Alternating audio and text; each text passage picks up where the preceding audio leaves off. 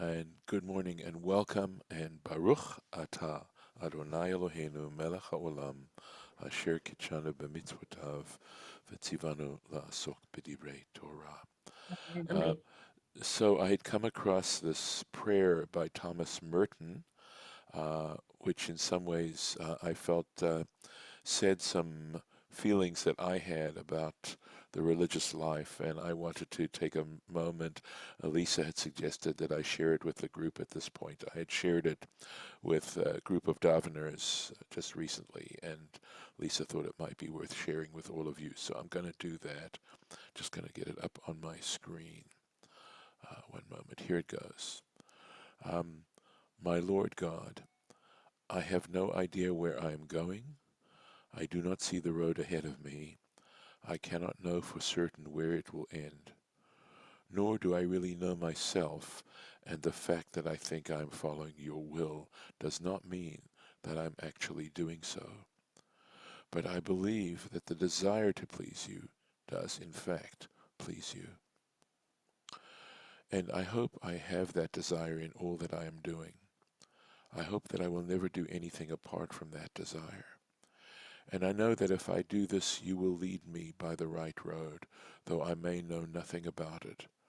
Therefore will I trust you always, though I may seem to be lost and in the shadow of death.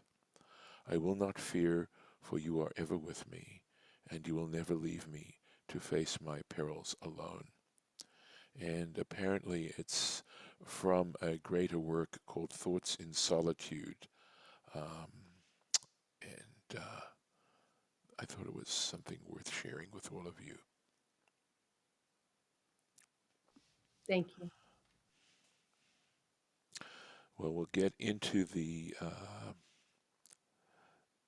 text here of Torah Tamima, and give me a moment as I kind of get things situated. So we have a little more grammar to deal with today, oh, and at the same time, we have some interesting midrashic interpretations too. So here we are. So what's happened to bring us up to this moment is that uh, Pharaoh's daughter went to bathe in the Nile, and she saw the little box in which baby Moses was there, and she heard him crying.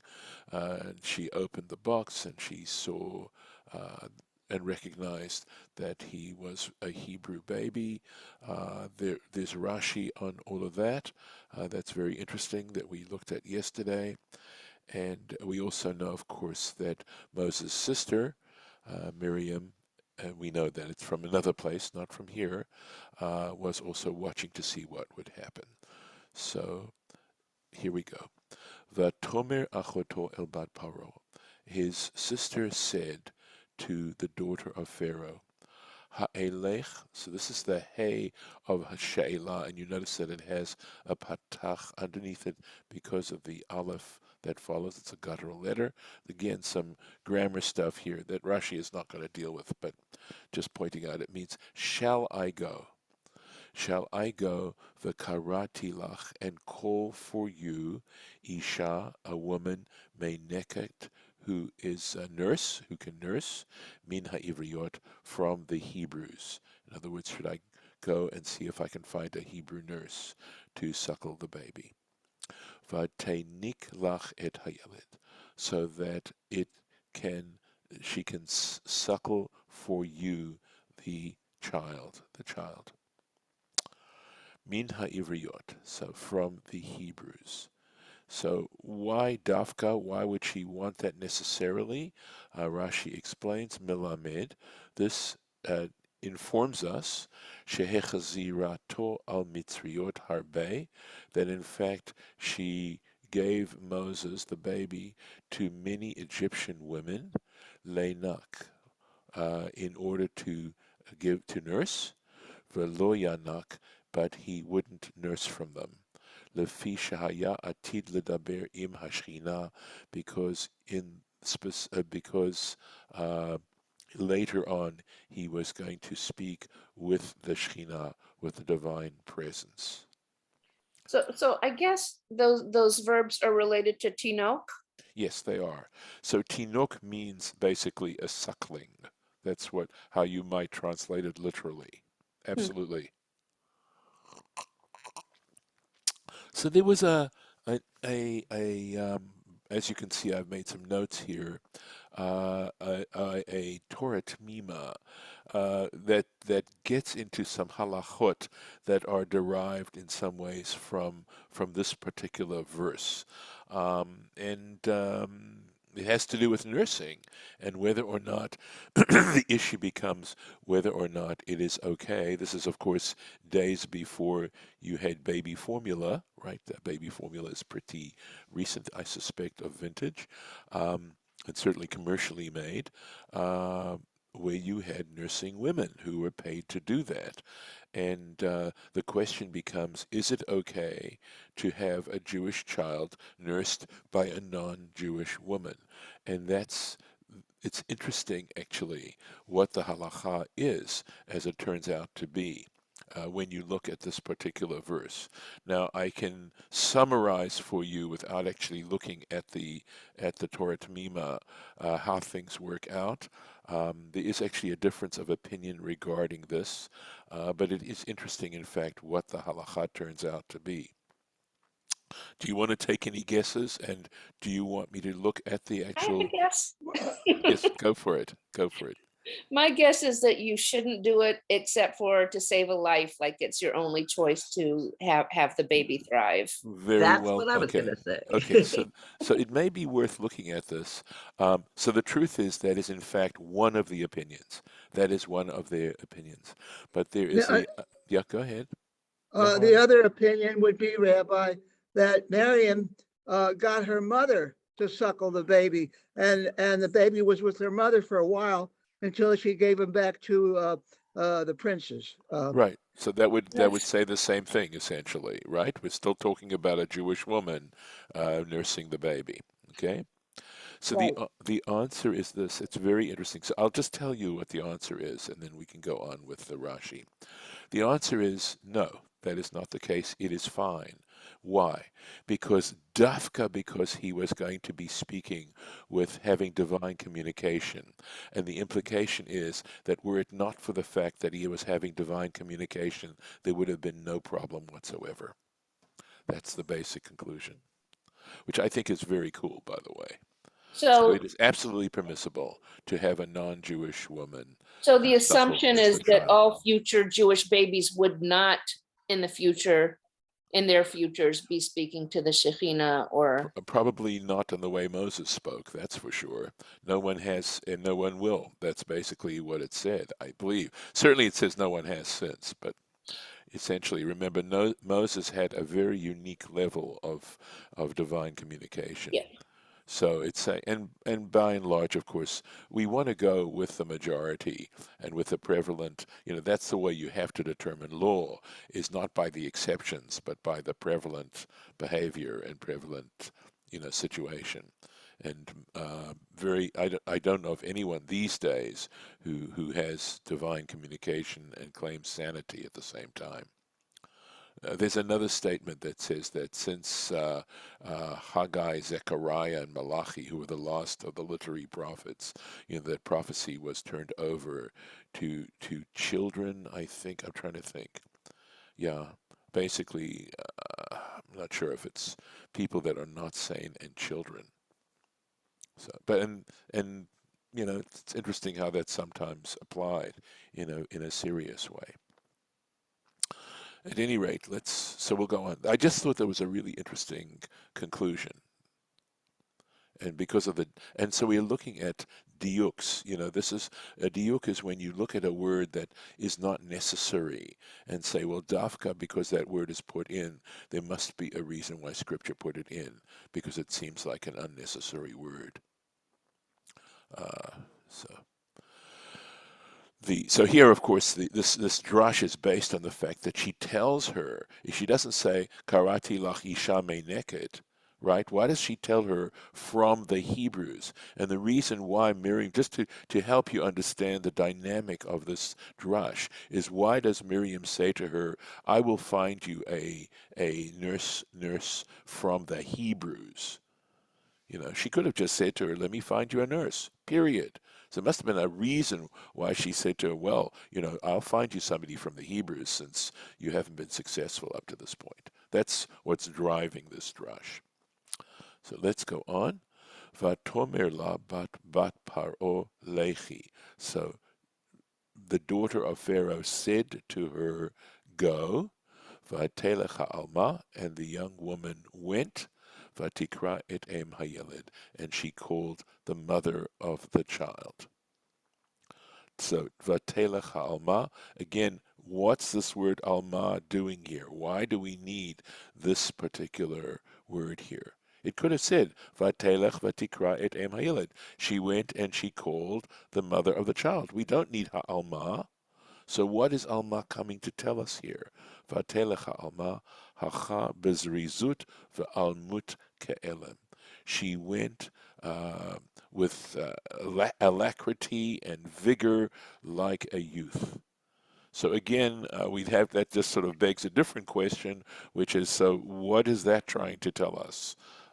And maybe some of you have some ideas, but again, my basic go-to place for this is just that these are all statements like others that we've come across already, just trying to give us a sense of the divine, that this is in fulfillment of the divine will, that this is, and perhaps going beyond that to say that it was all part of God's plan and that God was determined to have this plan come about.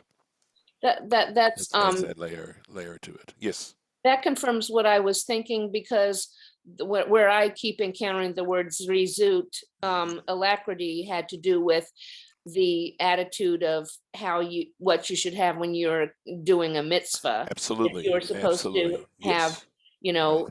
carry it out with alacrity, like, and this is not me, but you're supposed to jump out of bed as soon as you realize you're awake to start performing your mitzvot and do everything with alacrity, according to and I think it's Pirkei Avot. Anyway, not Pirkei. What is the one that's just Shulchan ethics? Aruch? You mean the Shulchan Aruch? No. It's the one that's just about ethics. That is Pirkei Avot.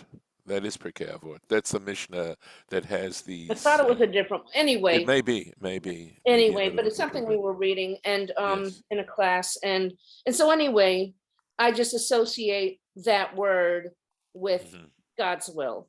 Right. So one of the books of halacha, and it could be the Shulchan Aruch, talks about the need that basically it starts off by saying this, that you need to be as as light as a deer and as strong as an ox, etc., to fulfill the will of your Father in heaven. And it explains, what does that mean? It means getting out of bed, because that's what it takes to get out of bed early in the morning. Yeah, it was some kind of text about Musar. Right. And it's a show. Okay, it's also an indication of love, by the way.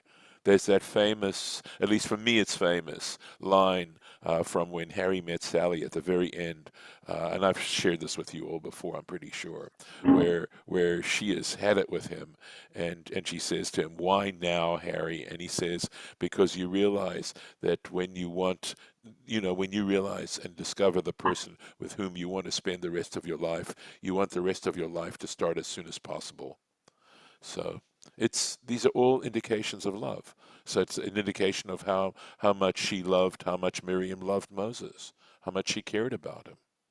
You could interpret it that way as well, just trying to read between the lines.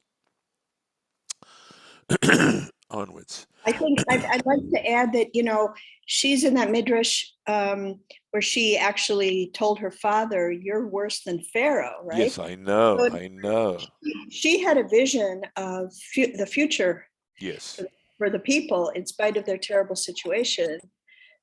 And here she saw a little window of opportunity to bring that future Good closer. point. Good point. So you're saying this is consistent with that previous thing. I mean, that's what I'm hearing you say. Right. That's Yeah, beautiful. Right. Very nice. By the way, in general, of course, right? There's a statement that says that the reason why the Israelites were redeemed was because of the women.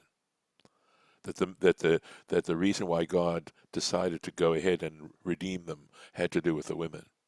And right. here And Miriam's and here the we only and here we seeing, excuse me, just let me finish. And here we are seeing such evidence of that, right? We've got first of all Yocheved, and then we've got Miriam, right? We've got and also the daughter of Pharaoh. Let's not leave her out, right? All these women involved. I just was going to say Miriam's the one that we get the best spotlight on, I think. Right. But we shouldn't under and of course there's also Tzipporah, by the way, who saves Moses' life later on. Do we know how old Miriam is approximately at this point in I time? don't I mean she's older than Moses clearly, but I'm Well, yeah. maybe I would say, less than 20. She could be 12 years old. Okay. She could be I mean I that's where I'd put her She the firstborn, approximately. or is That's a it good question. Aaron? I think Just Aaron is. I okay. think Aaron is, but I don't say that with certainty. Please Okay. understand. She is Just the first yeah, to pass on. She is the first to die. She yeah. dies before Aaron, and then Aaron, and then Right. Moses. Yeah. So Thank you. maybe she is the firstborn. I don't know. Yeah. Mm. Let's go Doesn't on. Yeah, go ahead. Almana uh, Alma. imply that she's been married? Oh, it's Alma. Yes. That's Almana, interestingly, the relationship of those two words, Almana is a widow, right. but an Alma, the masculine being Elaim, is a youth, Okay. a young person, Okay. or Elim, sorry. Elaim actually is spelled differently. It's a different word, which means blind, but this is Elim and Alma. Let's see. Right. So just if I'm repeating this, forgive me. But Vatomer la bat Paro helichi, and the daughter of Pharaoh said to her, take et hayeled, take the child, hazeh, take this child, vehenikihu li, and have him nursed for me, va'ani eten etzcharech, and I will pay you, right? I will pay you wages. I will give you wages. Vatikach ha'isha hayeled vatanikehu, and the woman took. Now it says the woman, right? So this could refer to Yocheved now. The woman took the child and nursed it. Let me see. Okay, let's take a look at it. This is lovely. Lovely midrash here. Very short Rashi, but just lovely. Helichi, right, means take. Nit nab'ah, this is referring to Pharaoh's daughter. This is the words from her mouth, right? She prophesied. Velo yada ma shenit nab'ah. She prophesied without knowing what she was prophesying. Because she says helichi, and in Aramaic it's hey shelichi, right? Here, hey, this one, shelichi is yours. In other words, she said to Yocheved, here is yours. But she didn't know that. When she used the words helichi, right, she didn't realize that she was in Aramaic saying the equivalent of here's your child. Okay, that's the prophecy that Yocheved, after all, was Moses' mother. So just there was a sort of I love the play on words there from Aramaic to Hebrew. I'm trying to think if there's another. Oh yes, so when I was years ago, I remember sort of hearing how they made a deal out of the fact that Moses' mother was paid to nurse him. And I've sort of tried to think in myself, what is the significance of that?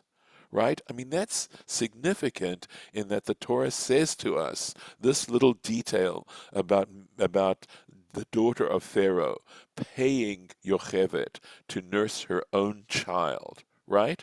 So I don't know if any of you have there any thoughts that occur to you in what might be significant about that, other than the irony of it. I mean, clearly it's an ironic statement, but there must be more. I I feel have like there some has to be ideas, more. Okay, go for it, please. of course. But so we've been all along portraying Pharaoh's daughter as who has some connection to Jews and Judaism and the Jewish people and God, and this is her part of her contribution. She wants to be a part of it, Yes. and her paying for it makes her a part of it.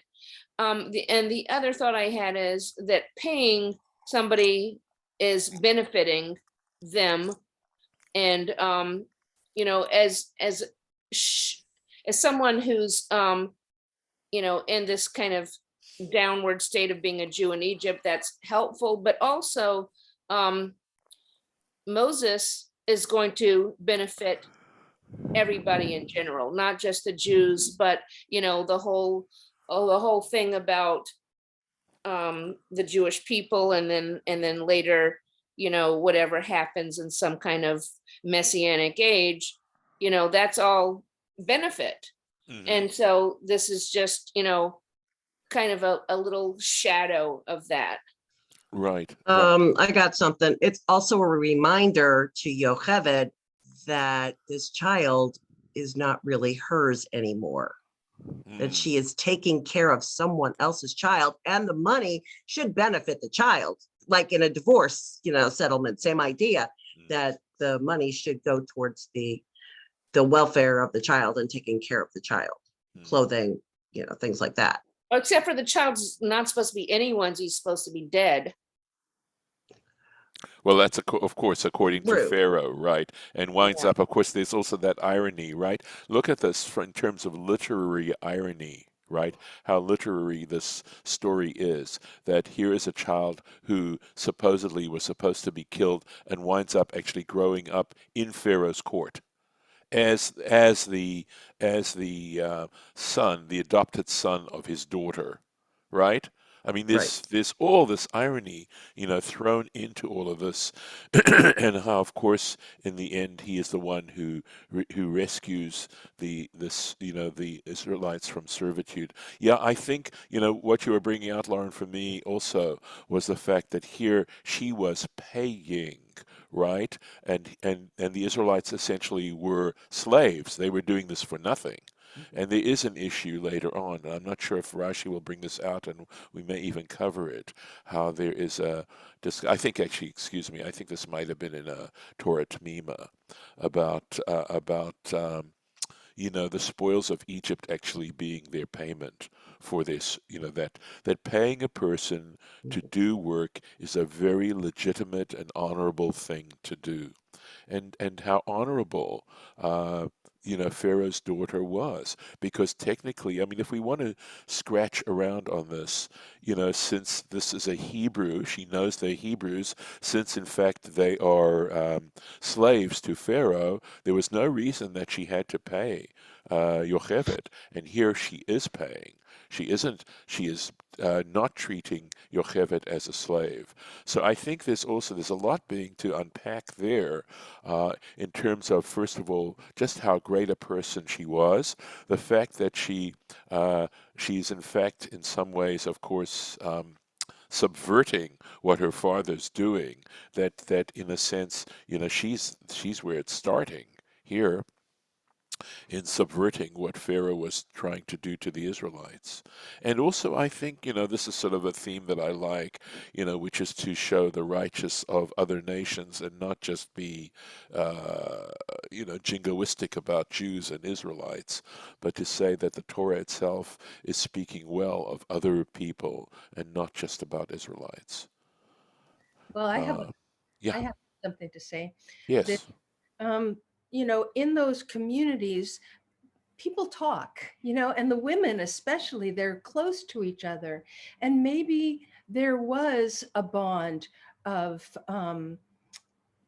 akin to friendship with some of the women and some of the people, the Egyptians and the Israel Hmm. Israelites. Hmm. So maybe the women knew, and maybe they, had orchestrated this happening after, they heard that, the baby was put in, Moses was put in the river, Hmm. he was rescued, and then the word got around. So maybe there was compassion and love that was going around in different circles, Hmm. because they were all, living there together, even though they were separate.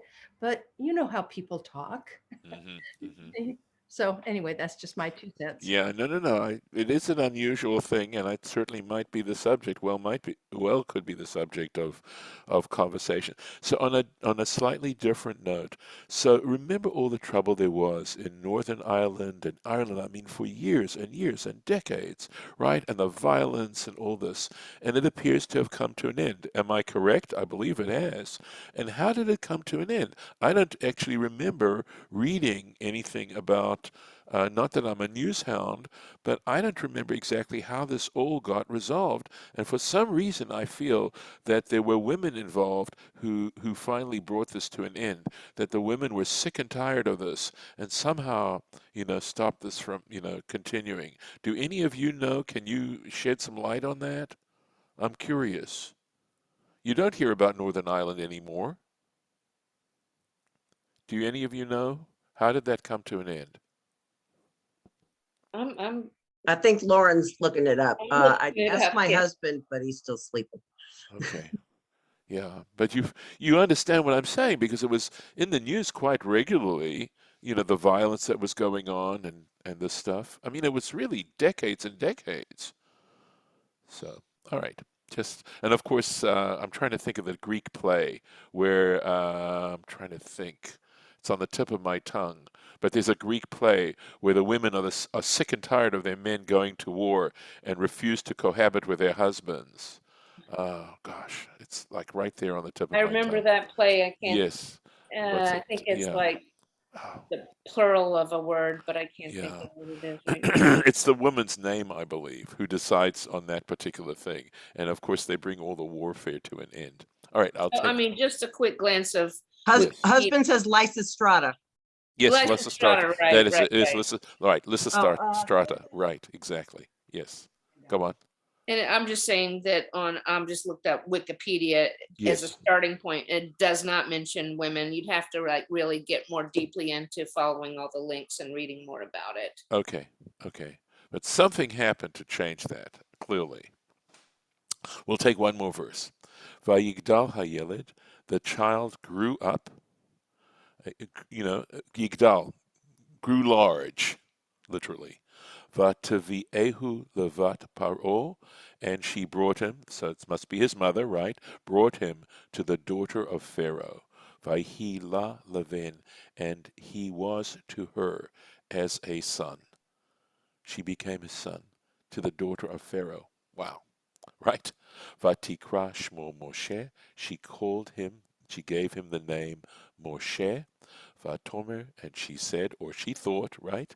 Ki min hamayim mishitihu, because from the water I drew him. I drew him. Again, I think there is symbolism involved in being drawn from the water. I wonder if this might even go back from a literary point of view back to Noah and the idea of saving humanity, saving people. Lauren, when you were talking about, what Moses would bring to the world is the fact that he was the instrument by which Torah became manifest to humankind. So just something to that effect. Let's stop here. And I'm going to And pop in a and bookmark. water is sometimes symbolizes Torah, right? Yes, it does. You're right about that. For me, it symbolizes also judgment, judgment, an instrument of judgment. That's why we had water regarding uh, the flood being the world being judged through water, water being an instrument of judgment because it can be both a huge blessing, blessing to the point of view that to the point that if we don't have water, we can't survive, and on the other hand, it can be a source of death, as in flooding, and likewise in judgment, we have to have it. So with that, I am going to stop the share and bring the recording to an end, and thank you all for participating.